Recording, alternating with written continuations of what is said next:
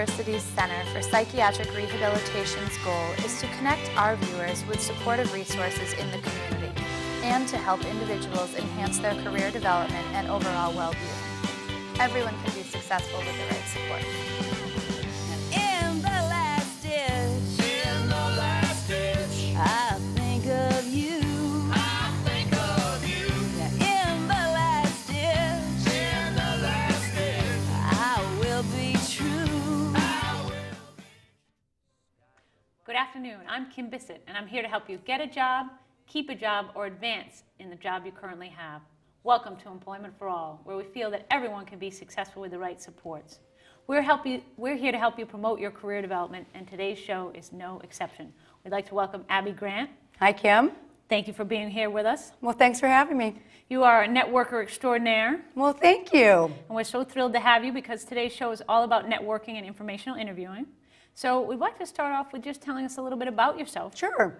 Well, I was recently working in the recruiting and staffing industry for Hollister. Loved my job, absolutely loved it. And unfortunately, as we know, many companies are experiencing layoffs, and I was laid off. And so, I gave myself a couple of days to sort of digest what had happened. And then I thought, well, I got to get job searching. Yes. And job searching is a full-time job. Absolutely. And so I decided to tackle that. Excellent. So how did you begin? All of a sudden you decide, I need to be job searching, and it can be an overwhelming process. Right. People often come to me and say, I don't know what to do. I lost my job. I need to change my job.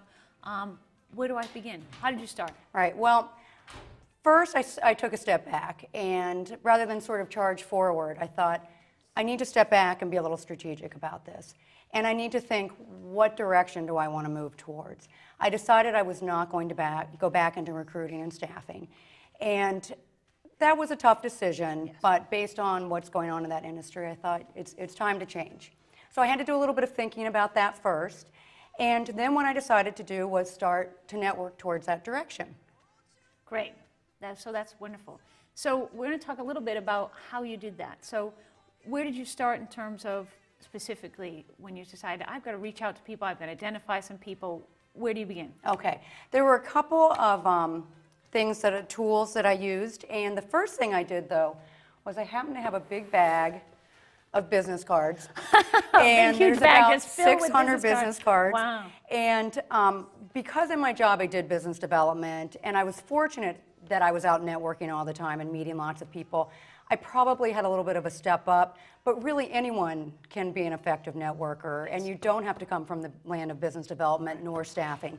So what I did was I went through my business cards, and I divided them up very scientifically into plastic baggies. Very high tech. Yes, Please very don't try high this tech. at home, Yes, right? very high tech. So I had the people that I knew that I would reach out to, and they would embrace me and help me, and they were going to be the people I approached first. Then I had sort of I'll kind of save these guys. Maybe I'll approach them or not.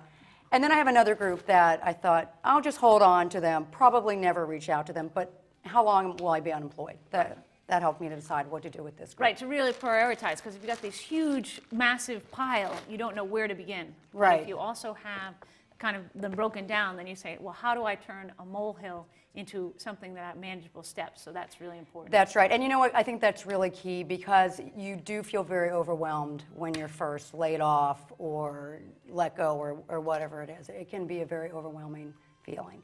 So stepping back and prioritizing is definitely the way to go. So that was one thing I did. Another thing I did after going through my business cards was really tackle LinkedIn, which is a fabulous tool for job searchers. And what I did with LinkedIn is I went through my hot business cards, the Yes. people that I knew me and knew me fairly well, and I invited them to connect with me. Great. And so my LinkedIn went from, I'd say, about 30 connections. I think now I have over 140. Wow, that's fantastic. And LinkedIn, and we've had, and here on Employment for All, we've had several people come on and talk about the importance of social networking. It's really connecting through the internet. And you can reach out to so many people in a day, and you can kind of do a template email. Hi, my name is Abby. I'm job searching. These are some of my criteria. Please look further. Let me connect you to my LinkedIn link, and really reach out to a lot of people. But as we know, the key piece is getting in front of people. How did you do that piece? Right. Well, the way I did that piece, well, a couple of things. And to back up one quick sec, Kim, Also, the recommendation portion of Oh, yes. LinkedIn is, I think, also very valuable when people look at your profile. I approached Kip Hollister, who's the CEO and founder of Hollister, and I still had a very good relationship with her. And I wanted her to be one of my recommendations to show that, in fact, I wasn't fired, Yes. and I left in good standing. Yes. So I wanted to just back up and No, that's a mention critical that. piece to So yes, it's also very critical to get out in front of people, and that's where the informational interviewing comes in. And I think job searchers can fall into the trap of just sort of sitting on your computer at LinkedIn. Yes. But yeah, you need to move beyond that. So maybe I could tell the story of how I met you, and Yes. that was an informational interview. And I got my LinkedIn all up and running, and I reached out to a lot of people, one of whom was one of my former candidates. And she said, "Oh my gosh, you have to meet my friend Kim." And I knew that you were doing some career coaching and all sorts of interesting things. And I thought that might be something I might be interested in moving towards. And so reached out. First, we reached out via email, and then very key to get together and meet face to face, because as we know, it changes the whole dynamic. You get to see the whole person. And then what you do when you informational interview is you absolutely don't ask for a job. And you go and show someone who you are, find out who they are. I did research about you before I met with you, of course, which is also key. And it was great. Terrific. So I think this would be a great time. We have a PowerPoint. Here on Employment for All, we always do a PowerPoint of kind of top 5 do's and don'ts. So there's always something very tangible that people can walk away from, kind of the first steps in terms of an informational interview. So top 5 do's are, the number 1 is create a 30-second pitch. Correct. So that would be very critical to know who you are and know what you're looking for. The number 2 is to research a company and the person. So that's what you did. You Googled me and you kind of figured out, Right. well, what is this person and how might she be able to help me? So you look very competent and you look very interested in learning more. And that helped too, just to as an aside, because I was meeting you and I didn't know what you looked like. Right. So when I went into Starbucks, there was Kim. Right. Yeah. And so it just gives you that kind of leg up. You look very well prepared. You look like, okay, I know what I'm going to do. It's very similar. I always Google guests before they come on the show, before I even approach them, to know, well, would they be a right match and what are their expertise, so I can guide the conversation. So it's very important. Sure. Number 3 is think about what you would like to accomplish. Like, what are you really looking for to accomplish? How could this help both parties? Because you always want to approach it as a win-win. Exactly. To say, how can we figure out, well, what makes the most sense? That would be a critical piece.